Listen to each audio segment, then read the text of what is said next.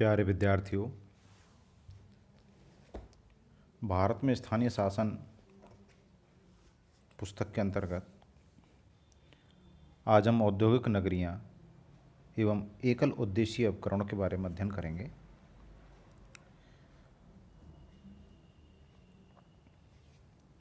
औद्योगिक नगरियाँ वो नगरियाँ होती हैं जो किसी स्थान पर उद्योगों की स्थापना की वजह से, उद्योगों के अस्तित्व होने की वजह से विकसित हो जाती हैं।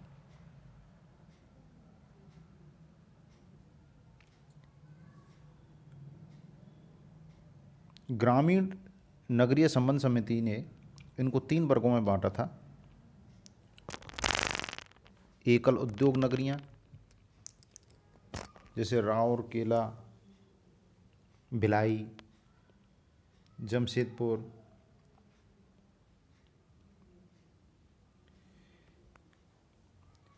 एकल उद्योग से तात्पर्य होता है जहाँ एक ही किस्म के उद्योग हों, बड़े उद्योग हों, जैसे कहीं कोयला के उद्योग हैं, कहीं इस्पात के उद्योग हैं। दूसरे नगरियाँ वो होती हैं जो अनेक उद्योगों का जहाँ पर जमघट होता है, जैसे दुर्गापुर।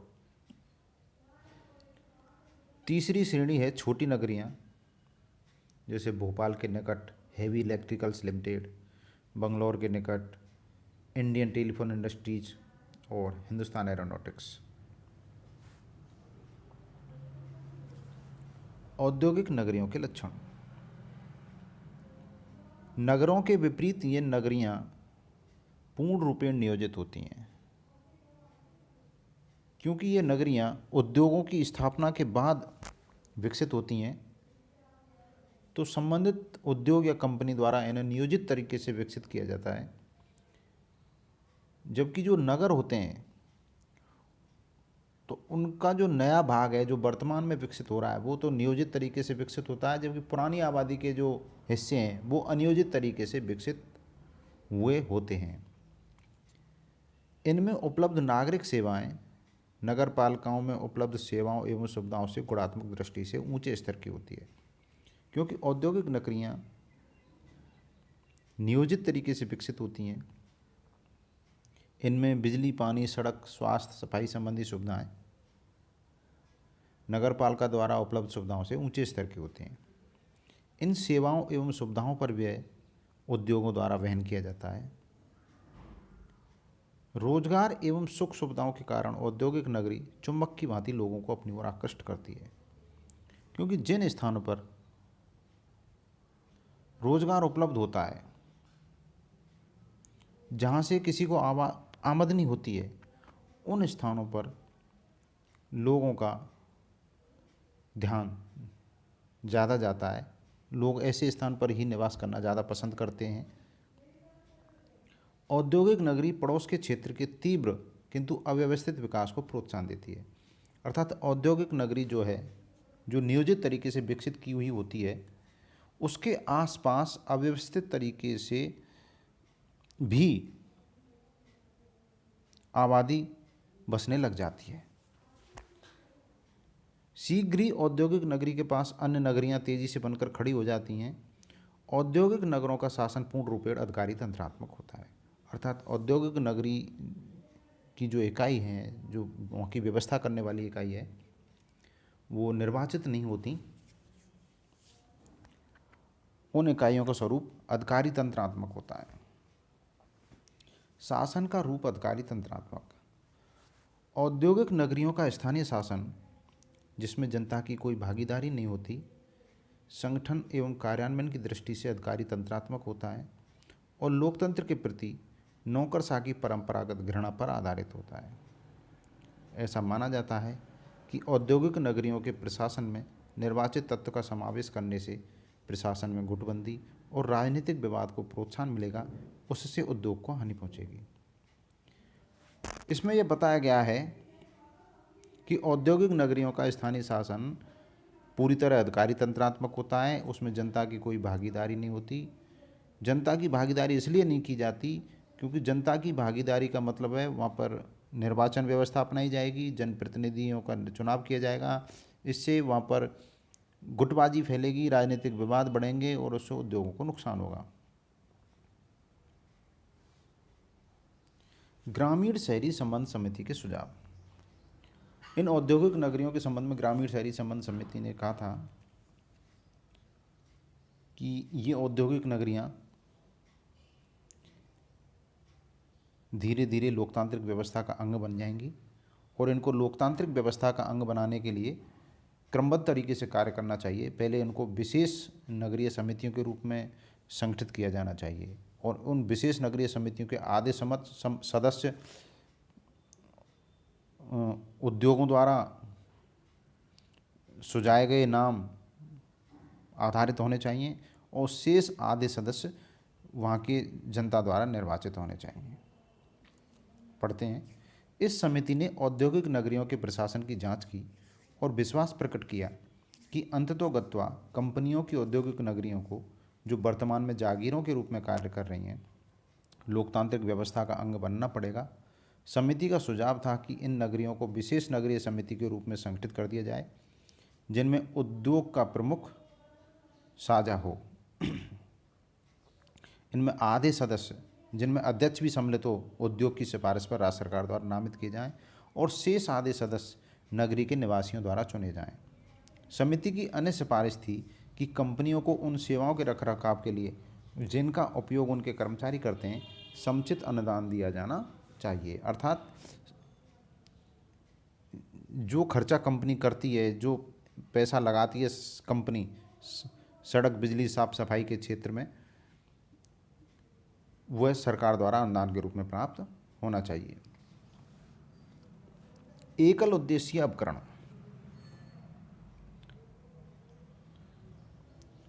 कुछ चुने हुए कार्यों को करने के लिए राज्य सरकार के पृथक अधिनियम के अंतर्गत पृथक संगठनों की स्थापना कर दी जाती है। ऐसे संगठन को एकल उद्देशीय उपकरण कहते हैं, क्योंकि वह केवल एक उद्देश्य को पूरा करने के लिए बनाया जाता है। उसे जो शक्तियाँ प्रदान की जाती हैं, उनकी सीमाओं के भीतर रहकर वह स्वायत्तशासी निकाय होता है और उसके अपने आय के साधन होते हैं। जैसे औद्योगिक नगरियाँ सामान्य नगरियों से अलग होते हैं, सामान्य नगरों से अलग होते हैं, ऐसे एकल उद्देशीय उपकरण होते हैं जो स्थानीय शासन की अन्य इकाइयों से थोड़े पृथक होते हैं। इनको एक विशेष उद्देश्य की पूर्ति के लिए, एक विशेष उद्देश्य के क्रियान्वयन के लिए इनको स्थापित किया जाता है और उस उद्देश्य के बारे में उस अधिनियम में वर्णन कर दिया जाता है जिस अधिनियम के तहत इनकी स्थापना की जाती है। एकल उद्देशीय उपकरण की स्थापना के पक्ष में तर्क। कुछ कार्यकलाप इतने जटिल एवं नए होते हैं कि उनके लिए एकाग्र चित्तता से काम करने तथा विशेषीकृत उपायों की आवश्यकता होती है। अर्थात कुछ कार्य तकनीकी प्रकृति के होते हैं, जटिल प्रकृति के होते हैं और स्थानीय शासन की सामान्य इकाइयों द्वारा इनको संपादित नहीं किया जा सकता, इसलिए एकल उद्देशीय उपकरणों की स्थापना की जाती है। दूसरा तर्क है, कुछ कार्यकलाप इस प्रकार के होते हैं कि उन्हें राजनीति के दलदल से निकालने की आवश्यकता होती है। अतः उन्हें प्रत्यक्ष रूप से नगरपालिका के अधीन न रखकर एक पृथक उपकरण के सुपुर्द कर दिया जाता है। अर्थात वह कार्य अगर राजनीति के दलदल में फंसा दिया गया या राजनीतिक चक्र में वह कार्य फंस जाता है तो वह समयबद्ध तरीके से पूरा नहीं होगा, उसके लाभार्थियों का चयन सही तरीके से नहीं होगा और उस कार्य को करने के जो उद्देश्य थे वो प्राप्त नहीं किए जा सकेंगे। इसलिए भी एकल उद्देशीय उपकरणों की स्थापना की जाती है। अनेक नगरों में स्थानीय शासन जनसंख्या, क्षेत्रफल और साधनों की दृष्टि से इतना छोटा होता है कि वह स्थानीय शासन के अनेक कार्यों के लिए वित्तीय साधनों को नहीं जुटा सकता। फिर भी किसी क्षेत्र के निवासियों के कल्याण के लिए ये कार्य अति आवश्यक होते हैं। अर्थात वे नगर जो स्थानीय शासन की स्थापना के मानकों को पूरा नहीं करते हैं, छोटे नगर हैं, लेकिन क्षेत्र के निवासियों के कल्याण के लिए वो कार्य इतने आवश्यक हैं, उनका किया जाना आवश्यक है और स्थानीय शासन की इकाई अगर कोई वहाँ नहीं है तब भी एकल उद्देशीय उपकरणों की स्थापना कर दी जाती है। एकल उद्देशीय उपकरणों की स्थापना से उत्पन्न समस्या। पहली समस्या है, इस प्रकार के निकायों की स्थापना से नगरीय स्थानीय शासन की व्यवस्था विकीर्ण तथा विघटित हो जाती है। नगरीय स्थानीय शासन की व्यवस्था एकल उद्देशीय उपकरणों से प्रभावित होती है। इससे स्थानीय निकायों का महत्व एवं प्रतिष्ठा घटती है। ऐसी व्यवस्था से नागरिकों को अपने विभिन्न आवश्यकताओं की पूर्ति के लिए अनेक संगठनों के पास दौड़ना पड़ता है, क्योंकि जब एक उद्देश्य के लिए अगर संगठन स्थापित करेंगे या उपकरण स्थापित करेंगे तो अनेक उद्देश्यों की पूर्ति के लिए, प्राप्ति के लिए अनेक उपकरण स्थापित करने होंगे। तब नागरिकों को अलग अलग सुविधाओं के लिए, अलग अलग कार्यों के लिए अलग अलग उपकरणों में जाना होगा।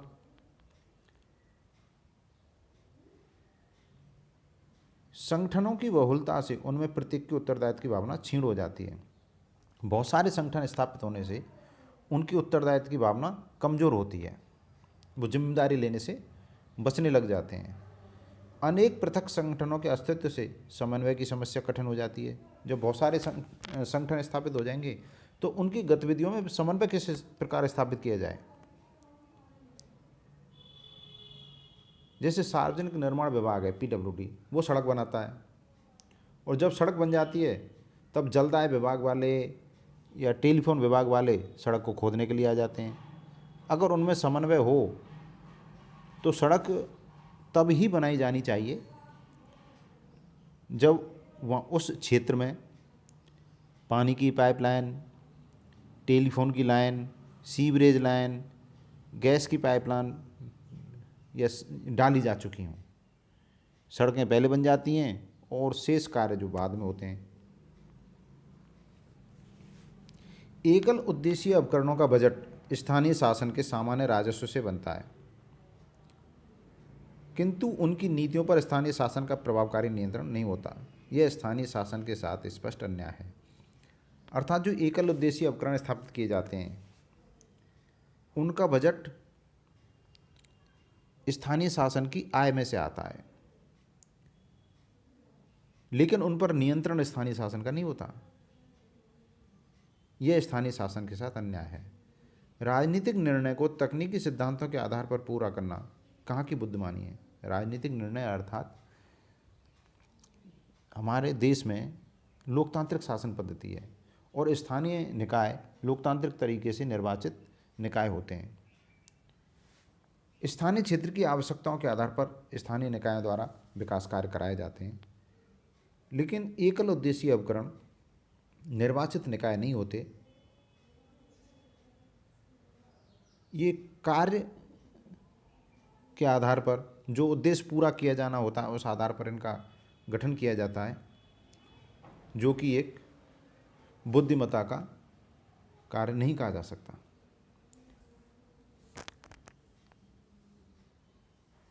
नगर सुधार न्यास ये एकल उद्देशीय उपकरण का एक प्रकार है। भारत में सर्वप्रथम 1807 में नगरों के सुधार के लिए सफाई आयोग नाम से एक एकल उद्देशीय उपकरण की स्थापना की गई थी। 1859 में ब्रिटेन में राजकीय सफाई आयोग की स्थापना की गई। यह आयोग लोक स्वास्थ्य तथा सफाई संबंधी तथा महामारियों की रोकथाम और उपचार के संबंध में सलाह और सहायता देता था। इस आयोग की सिफारिश पर 1864 में बंगाल, बम्बई और मद्रास में सफाई आयोग की नियुक्ति की गई। 1898 में मुंबई में पहला नगर सुधार न्यास स्थापित किया गया और 1912 में जिसको आज कोलकाता बोलते हैं, कलकत्ता में नगर सुधार न्यास का निर्माण किया गया। नगर सुधार न्यास के कार्य। नगर सुधार न्यास को UIT भी कहते हैं, अर्बन इम्प्रूवमेंट ट्रस्ट। पहला कार्य है अस्वास्थ्यकर क्षेत्रों में पानी की समुचित व्यवस्था करना, स्वच्छ। दूसरा है महामारियों के दौरान और नालियों की सफाई की स्थिति में सुधार करना, इसको महामारी पढ़ा जाए।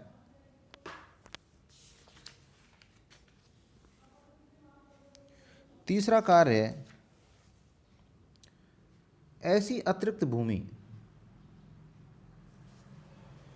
जो इंजीनियरिंग निर्माण के लिए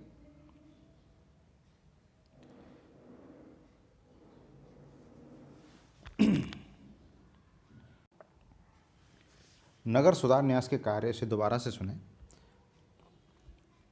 अस्वास्थ्यकर क्षेत्रों में पानी की समुचित व्यवस्था करना, ऐसे क्षेत्र जहाँ स्वास्थ्य संबंधी स्थिति संतोषजनक नहीं है, जहाँ बीमारी फैलने का खतरा है, स्वच्छ पेयजल की आपूर्ति नहीं हुई, वहाँ पानी की समुचित व्यवस्था करना, महामारियों की रोकथाम के उपाय करना। इस स्लाइड में टाइपिंग संबंधी काफ़ी गलतियाँ हैं, तो इसे ध्यान से सुने। महामारियों संबंधी स्थिति में सुधार करना, महामारी जो बड़े स्तर पर बीमारी फैल जाती हैं। नालियों की सफाई की स्थिति में सुधार करना। कोई ऐसी भूमि जो अतिरिक्त भूमि पड़ी है उसको निर्माण कार्य के लिए अविग्रहित करना, अधिग्रहित करना, उसको सरकार द्वारा अपने नियंत्रण में ले लेना। जो नगरीय सुधार न्यास है वो उसको अपने नियंत्रण में ले लेता है और उस क्षेत्र का अच्छे ढंग से विकास करता है। इस विनाश शब्द को विकास पढ़ा जाए।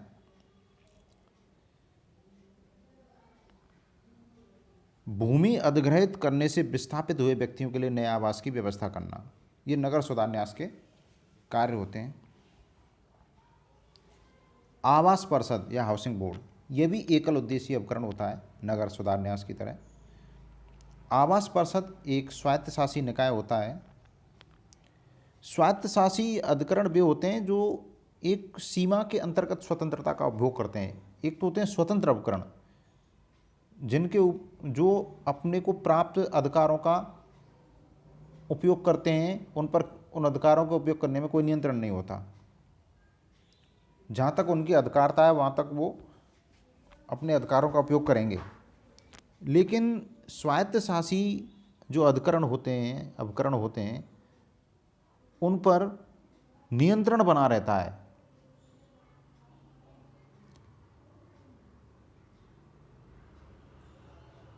इसको एक तरह से स्वतंत्रता से कम स्तर की स्वतंत्रता माना जाता है।